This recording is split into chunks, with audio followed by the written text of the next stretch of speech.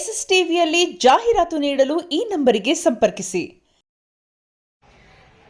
ಸ್ಪಂದನಗೆ ಯಾರು ವೋಟ್ ಹಾಕಿ ಸೇವ್ ಮಾಡ್ತಾ ಇರೋದು? ಅರೇ ಬಾಬಾ, ಅವಳು ಮಳವಳ್ಳಿಯಿಂದ ಬಂದ ಹುಡುಗಿ.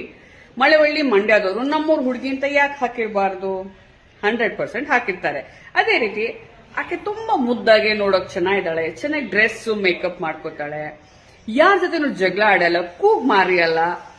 ಅವಳಿಗೆ ಅವಳ ಜೊತೆ ಚೆನ್ನಾಗಿ ಇಲ್ದಿದ್ದವ್ರ ಜೊತೆನೂ ಅವಳು ಕೆಟ್ಟ ಪದಗಳು ಬಳಸಿ ಫುಟೇಜ್ಗೋಸ್ಕರ ಜಗಳ ಆಡಲ್ಲ. ಯಾವತ್ತು ಅವಳಿಗೆ ಆಗಲ್ಲ ರಕ್ಷಿತಾ ಧ್ರುವಂತು.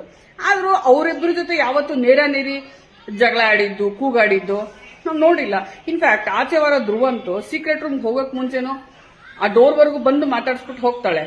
ಏನ್ ಮಾತಾಡಿದ್ಲು ಅದು ನಮ್ಗೆ ಕೇಳಿಸಿಲ್ಲ, ಅದು ಬೇರೆ ವಿಚಾರ. ಬಟ್ ಅವಳ ವಿರೋಧಿ, ಅವಳ ಒಪೋನೆಂಟ್ಗೂ ಅವಳು ಏನು ಹೆಚ್ಚು ಅವ್ರ ಜೊತೆ ನೇರ ನೇರಿ ಯುದ್ಧಕ್ಕಿಳಿಯಲ್ಲ. ಸಾಫ್ಟ್ ವ್ಯಕ್ತಿತ್ವ, ಕನ್ನಡ ತುಂಬಾ ಸ್ಪಷ್ಟವಾಗಿದೆ, ಕ್ಲಾರಿಟಿ ಇದೆ, ಡಿಕ್ಷನ್ ಇದೆ, ಮಾತಾಡುವಾಗ ತುಂಬಾ ಸ್ಪಷ್ಟವಾಗಿದ್ದಾಳೆ. ಈಚೆಗೆ ಅಡಿಗೆ ಮನೆಯಲ್ಲೂ ಕಾಣಿಸ್ಕೊತಾ ಇದ್ದಾಳೆ. ಮೊನ್ನೆಲ್ಲ ದೋಸೆ ಮಾಡ್ತಾ ಇತ್ತು.